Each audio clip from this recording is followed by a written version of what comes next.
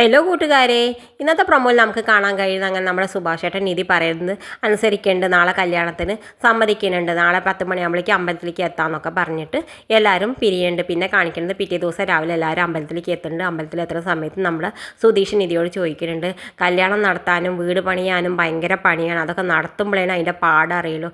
അതൊക്കെ പറയുന്ന സമയത്ത് നമ്മുടെ സുധീഷിൻ്റെ മനസ്സിൻ്റെ ഉള്ളിലുണ്ട്, സുനന്ദ വരുമല്ലോ അല്ലേ എന്നൊക്കെ ചോദിക്കുന്നു നമ്മൾ നിധിയോട്.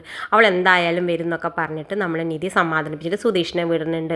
എന്തായാലും അപ്പുറത്താണെങ്കിൽ നമ്മുടെ സുനന്ദയുടെ വീട്ടിൽ സുനന്ദയുടെ അമ്മ പോകാൻ വേണ്ടിയിട്ട് സുനന്ദ കാത്തിരിക്കുകയാണ്. പോയിട്ട് വേണം എങ്ങനെയെങ്കിലും ഇറങ്ങാമെന്നൊക്കെ വിചാരിച്ചിട്ട്.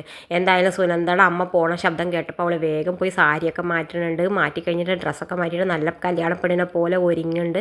ആ സമയത്ത് നമ്മൾ നിധി സുനന്ദേനെ വിളിക്കുന്നുണ്ട്. ആ സമയത്ത് നിധി സുനന്ദയോട് പറയുന്നുണ്ട്, നീ സർട്ടിഫിക്കറ്റ് ഒന്നും മറക്കണ്ട കേട്ടോ, എല്ലാ സർട്ടിഫിക്കറ്റും എടുക്കുക എന്നൊക്കെ പറയുന്നുണ്ട്. അവളെ അതെല്ലാം എടുത്തിട്ട് വരുന്ന സമയത്തേക്കും അവളുടെ അമ്മ കൈയോട് കൂടിയിട്ട് പിടിക്കുന്നുണ്ട്.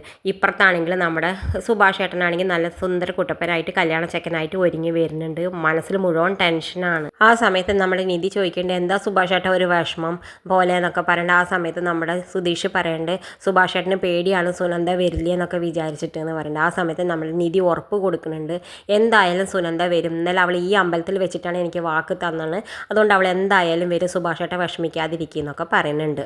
പക്ഷേ നമ്മുടെ സുനന്ദയ്ക്കാണെങ്കിൽ ഒരിക്കലും വരാൻ കഴിയില്ല. അവളുടെ അമ്മ പിടിച്ചിട്ട് ഒരു റൂമിൻ്റെ ഉള്ളിൽ പൂട്ടിയിടുന്നുണ്ട്. ഇത് കാണിച്ചുകൊണ്ടാണ് ഇന്നത്തെ പ്രൊമോ അവസാനിക്കുന്നത്. ഇതുപോലെ പ്രൊമോ വിശേഷങ്ങൾ നിങ്ങളുടെ മുന്നിൽ എളുപ്പത്തിൽ എത്താൻ ഈ ചാനലൊന്ന് സബ്സ്ക്രൈബ് ചെയ്യാൻ മറക്കരുത്.